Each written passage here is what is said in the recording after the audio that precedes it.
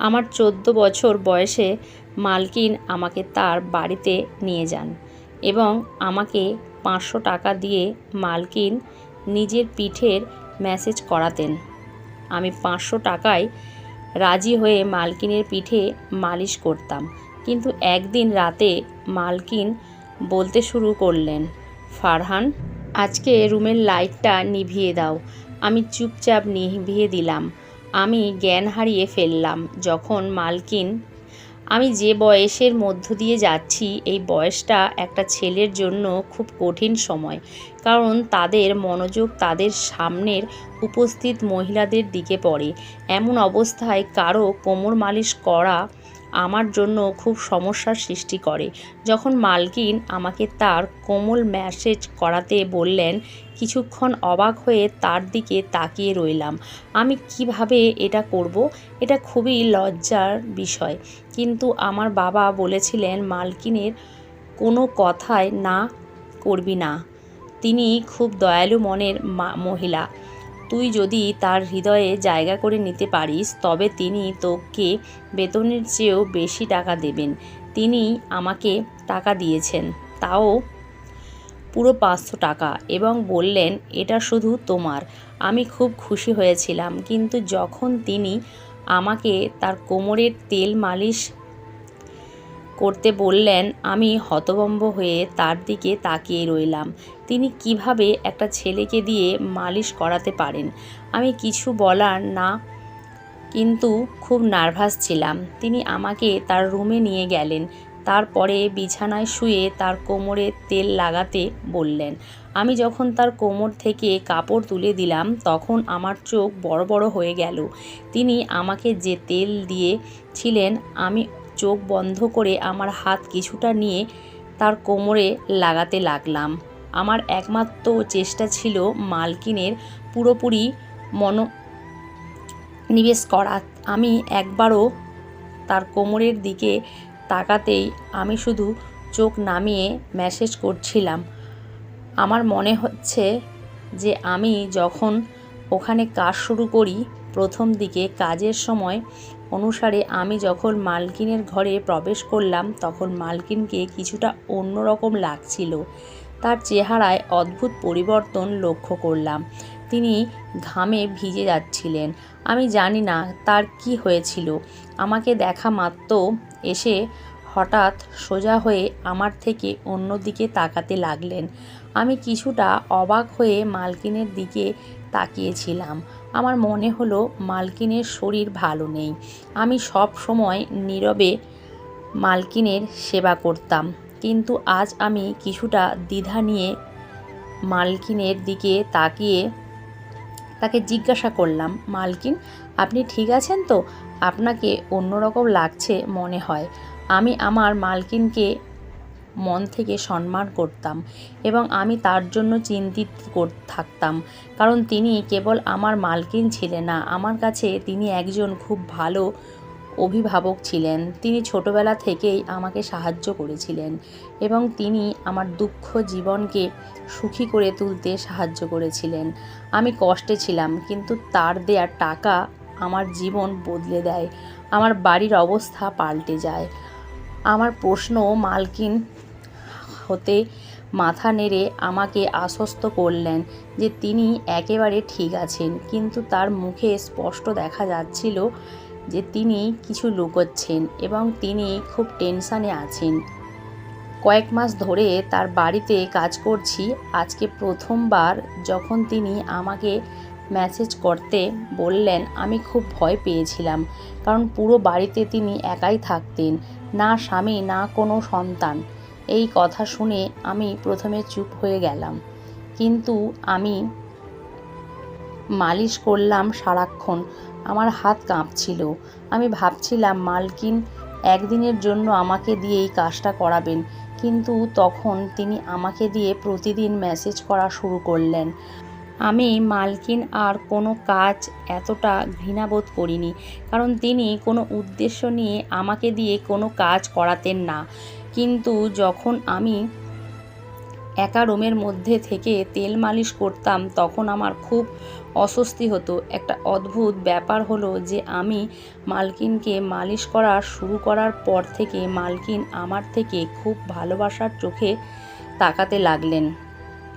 আগে তিনি আমাকে 500 টাকা দিতেন, কিন্তু এখন 1000 থেকে 1200 দিতেন। তার এই ভালোবাসায় আমি বিরক্ত হয়ে গিয়েছিলাম, কিন্তু আজ প্রতিদিনের মতো আমি তেলের বোতল হাতে নিয়ে মালিশ করে গেলাম। আমি 14 বছর বয়স থেকে মালকিনের কোমর মালিশ করে আসছি। এই কাজটা আমাকে অনেক বিব্রত এবং বিভ্রান্ত করত। আমার মালকিনের ওপর রাগ হতো, কারণ তিনি আমাকে দিয়ে এই সব কাজ করাতেন, কিন্তু আমি এই সব করতে বাধ্য ছিলাম কারণ আমার টাকা চাই এবং কাজের বিনিময়ে আমার মালকিন আমাকে প্রতিদিন 500 টাকা দিতেন। তাই আমি নীরবে মালকিনের জন্য এই কাজটি করতে থাকলাম। অনেক পরে আমি বুঝতে পেরেছিলাম যে মালকিন কেন আমাকে দিয়ে এই কাজ করাতেন। আমি তেল নিয়ে মালকিনের বিছানায় বসলাম। তারপর হঠাৎ মালকিন আমাকে বললেন, ফারহান, ঘরের আলো নিভিয়ে দাও। আমি হতবাক হয়ে মালকিনের দিকে তাকালাম। আমার ভয় মনে হচ্ছিল, কিন্তু মালকিনকে কিছুই বলতে পারলাম না। আমি ঘরের আলো নিভিয়ে দিলাম এবং অন্ধকারে হাতড়ে হাতড়ে মালকিনের বিছানার কাছে পৌঁছানো অন্ধকার বুঝতে পারলাম মালকিন বিছানায় শুয়ে আছেন। আমি মালকিনের দিকে হাত বাড়ালে মালকিন আমাকে থামিয়ে দিয়ে আমার হাত ধরে তিনি আমাকে যা বললেন তাতে আমি জ্ঞান হারিয়ে ফেললাম। আমার মন ধুকধুক করতে শুরু করলো। আমি আমার জায়গায় বসে রইলাম। আমার নড়াচড়া করা কঠিন হয়ে পড়ে। আমার মালকিনের কথা শুনে আমি কেঁপে উঠেছিলাম। আমি খুলনার একটি গ্রামে থাকতাম। আমার পরিবার খুবই গরিব। আমার বয়স যেহেতু 14 বছর, তাই আমার পক্ষে কাজ পাওয়া বা টাকা ইনকাম করা কঠিন ছিল। আমি বাধ্য হয়ে আমার বাবা মাকে কষ্ট করে সংসার চালাতে দেখেছি। তারা খুব কষ্টে ছিলেন, কিন্তু আমি তাদের কোনো সাহায্য করতে পারিনি। আমি খুব আবেগী ছিলাম, কিন্তু কোনোভাবে টাকা ইনকাম করে তাদের সাহায্য করতে পারিনি, যাতে তাদের একটি ভালো জীবন দিতে পারি। লেখাপড়া করা আমার স্বপ্ন ছিল, কিন্তু আমি জানতাম যে আমাদের কাছে লেখাপড়া করার টাকা নেই। আমাদের বাড়িতে খাওয়া দাওয়া করা খুব কঠিন। তবে আমি জানতাম যে আমি যদি আমার শোক প্রকাশ করি তবে আমার মা বাবা এত কষ্টের মধ্যেও নিশ্চয়ই আমাকে পড়াতেন। কিন্তু আমি এতটা স্বার্থপর ছিলাম না, তাই নিজের স্বপ্নগুলোকে নিজের মধ্যে জমিয়ে রেখেছিলাম এবং এই জিনিসটি আমাকে আরও দাস করত। সেই দিনগুলোতেই মালকিন আমার জীবনে এসেছিলেন। মালকিন একজন বয়স্ক মহিলা এবং একা থাকতেন। তার স্বামী তাকে তালাক দিয়েছিলেন এবং তার কোনো সন্তান ছিল না।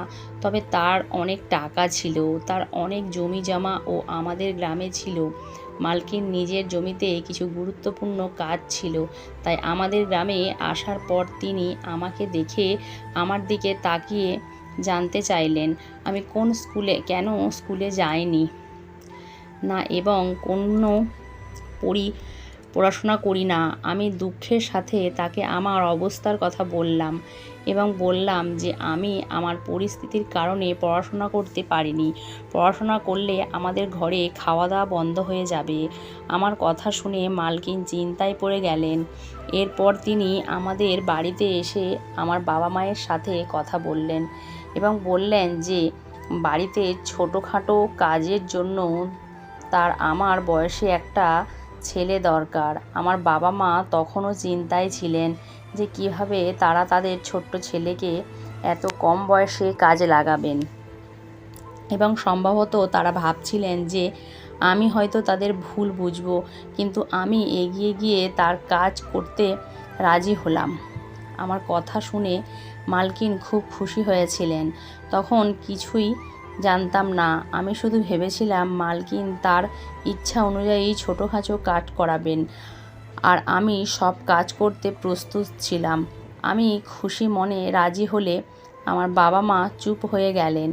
মালকিন আমার বাবা মায়ের সাথে বেশ কিছু টাকা দিয়েছিলেন এবং তাদের আশ্বাস দিয়েছিলেন যে তিনি প্রতি মাসে টাকা পাঠাবেন যাতে আমাদের বাড়ির কষ্ট দূর হয়ে যায়।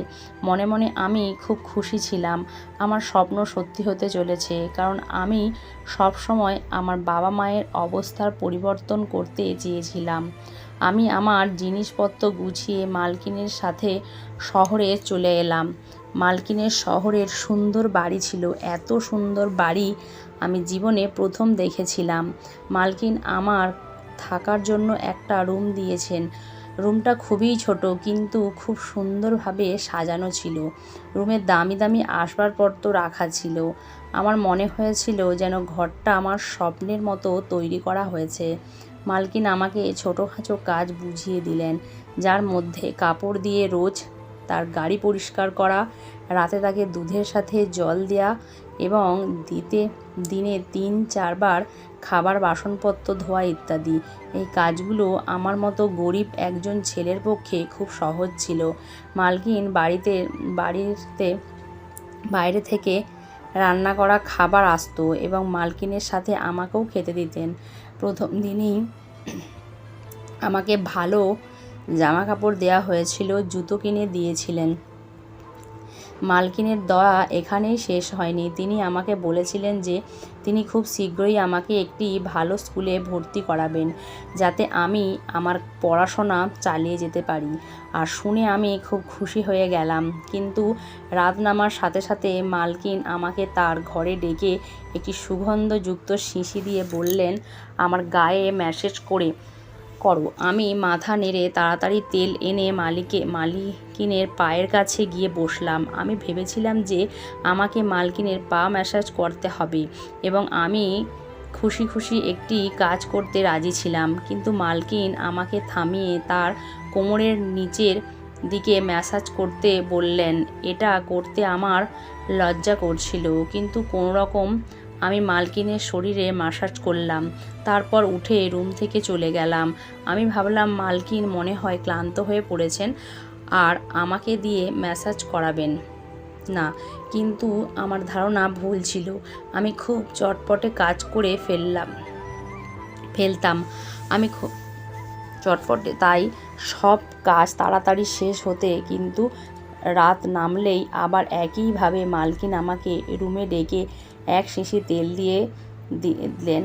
এটা ভেবে মন খারাপ হয়ে গেল যে আজকেও আমাকে মালকিনের মালিশ করতে হবে। পা পর্যন্ত তো ঠিক ছিল, কিন্তু মালকিন আমাকে দিয়ে যেখানে মালিশ করাতেন সেটি আমার কাছে অস্বস্তিকর ছিল। আজও আমি কোনো রকম মালকিনের মালিশ করে তার দিকে তাকালাম।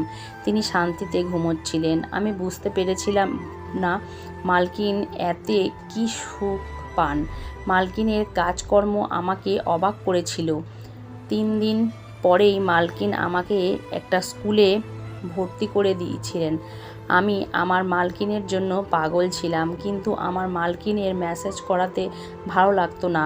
মালকিন এটা রুটিনে পরিণত করেছিলেন আর প্রতিদিন সে আমাকে ম্যাসাজ করতে বলতেন।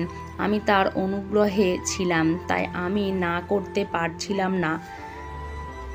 তাই কিছু না বলে আমি আমার মালকিনকে ম্যাসাজ করতে লাগলাম। মালকিন সম্ভবত বুঝতে পেরেছিলেন যে আমি তার মালিশ বিরক্তি নিয়ে করি, সেই জন্য আমার বেতন বাদেও তিনি আমাকে প্রতিদিন 500 টাকা করে দিতে লাগলেন এবং আমি আনন্দের সাথে টাকার জন্য ওই কাজটি করতে লাগলাম। এইভাবে আমি মালকিনের বাড়িতে অনেক দিন ছিলাম এবং এখন আমিও এত অভ্যস্ত হয়ে গেছি। মালকিনের একটি ভালো ছিল অভ্যাস, যে মাসে শেষ হলেই তিনি আমাকে না বলেই আমার বাড়িতে টাকা পাঠিয়ে দিতেন, যা আমার বাবা মায়ের জীবনকে সহজ করে দিয়েছিল। আমিও খুব কষ্ট করে পড়াশোনা করছিলাম যে সারা জীবন যাতে আমাকে মালকিনের মতো মহিলাদের বাড়িতে তাদের ইচ্ছে পূরণ করতে না হয়। একদিন আমি প্রতিদিনের মতো মালকিনের ম্যাসাজ করাতে তার রুমে গেলে মালকিন আমার দিকে একভাবে তাকাতে লাগলেন। তাকে মালিশ করার সময় আমার মুখে সবসময় একটা বিরক্তি ভাব থাকতো এবং আমি এইভাবে তার ম্যাসাজ করাতাম। এবং মালকিনও এটা অনুভব করতেন। তাই মালকিন আমার দিকে মনোযোগ নিয়ে তাকিয়ে তারপরে বললেন যে, আমি জানি আমার এই কাজটা করতে তোমার খারাপ লাগে, কিন্তু আমি অসহায়, তাই তোমার খারাপ লাগার সত্ত্বেও তোমাকে দিয়েই কাজটা করিয়ে নিই। মালকিনের মুখে উদাস ভাব ফুটে উঠল। আমি কিছু বুঝতে না পেরে মালকিনের দিকে তাকাতে লাগলাম। আমি বুঝতে পারিনি, তাই মালকিন আমাকে তার বাধ্যকতার কথা বললেন, আর লজ্জায় আমার অবস্থা খারাপ হতে লাগলো। মালকিন আমাকে বললেন যে আমার মেরুদণ্ডের সমস্যা রয়েছে, যার কারণে তিনি মালিশ না করিয়ে রাতে ঘুমোতে পারেন না। মালকিন এই কাজের জন্য নার্স রেখেছিলেন, কিন্তু তারা সবাই কোনো না কোনো অজুহাত দেখিয়ে এখানেও তাড়াতাড়ি ম্যাসেজ করে আবার কখনো কখনো ম্যাসেজ না করেই চলে যায়। বাধ্য হয়ে মালকিন আমাকে কাজে রাখেন এবং তিনি আমার এত উপকার করতেন যাতে আমি তার ম্যাসেজ করতে না বলতে পারি। এই সব কথা বলে মালকিন কেঁদে ফেললেন, আর আমি মালকিনের কথায় খুব লজ্জিত হলাম এবং আমার আচরণের জন্য আমার খুব খারাপ লাগছিল। যে মহিলা আমার এত উপকার করেছে তাকে নিয়ে উল্টোপাল্টা ভাবছিলাম বলে আমি আফসোস অনুভব করেছিলাম। এই রোগের কথা শুনে আমি আমার মালকিনের মালিশ আমার সমস্ত হৃদয় দিয়ে করতাম এবং কখনো বিরক্ত হতাম না। মালকিন আমাকে খুশি করতেন। আমি এখন যুবক হয়েছি এবং মালকিন বৃদ্ধ হয়েছেন। একদিন আমি মালকিনকে বলতে বলতে তার রুমে গিয়ে দেখলাম মালকিনের অবস্থা খুব খারাপ। আমি জিজ্ঞাসা করলেও মালকিন আমাকে কিছুই বললেন না। আমি যখন মেসেজ করা শুরু করলাম, প্রথমবারের মতো মালকিন আমাকে লাইট অফ করতে বললেন। আমি অবাক হয়েছিলাম, কিন্তু আমি তার কথা মেনে লাইট বন্ধ করে তার কাছে গিয়ে বসলাম। এখন সময় মালকিন আমার হাত ধরে আমাকে বললেন, আজ আমার শরীর খুব খারাপ লাগছে আর বুকের ব্যথা হচ্ছে। আমার মনে হয়েছে আমার সময় ঘনিয়ে এসেছে। মালকিনের কথা শুনে আমি ঘামতে লাগলাম। আমি নীরবে বসে রইলাম। মালকিন বললেন, তোমার যত্ন আমার মন জয় করে নিয়েছে। আমার যদি ছেলে থাকতো তবে তোমার মতো আমার যত্ন নিত। আমি মন থেকে তোমাকে আমার ছেলে মনে করি। আমি আমার সমস্ত সম্পত্তি তোমার নামে করে দিয়েছি। নিজের খেয়াল রেখো। মালকিন এই কথা বলেই তার হাত নিচে পড়ে গেল। আমি তাড়াতাড়ি উঠে লাইট অন করে মালকিনকে দেখে দ্রুত ডাক্তারকে ডাকলাম। মালকিন একেবারে স্থির। ডাক্তার চেক আপ করে মালকিনের মৃত ঘোষণা করলেন। আমি হতভম্ব হয়ে কাঁদতে কাঁদতে পাগলের মতো হয়ে গেলাম। মালকিন আমার মায়ের মতো ছিলেন। যদিও তিনি আমার মা ছিলেন না, কিন্তু আমাদের মধ্যে সম্পর্কটা মা ছেলের মতোই ছিল। আর তার উকিল পরের দিনই তার সমস্ত সম্পত্তি আমার হাতে তুলে দিয়েছিলেন। আমি অনেক বড়লোক হয়ে গেছি এবং আমি মালকিনের বাড়িতেই থাকি। আমার বাবা মাও আমার সাথে থাকেন। আমার জীবন খুব সুন্দর হয়ে উঠেছে। আমার মালকিন খুব সুন্দর মনের মহিলা ছিলেন। বন্ধুরা, আমাদের এই গল্পটি যদি ভালো লেগে থাকে, লাইক, কমেন্ট, শেয়ার ও সাবস্ক্রাইব করে আমাদের পাশেই থাকবেন। ধন্যবাদ সবাইকে। ভালো থাকবেন।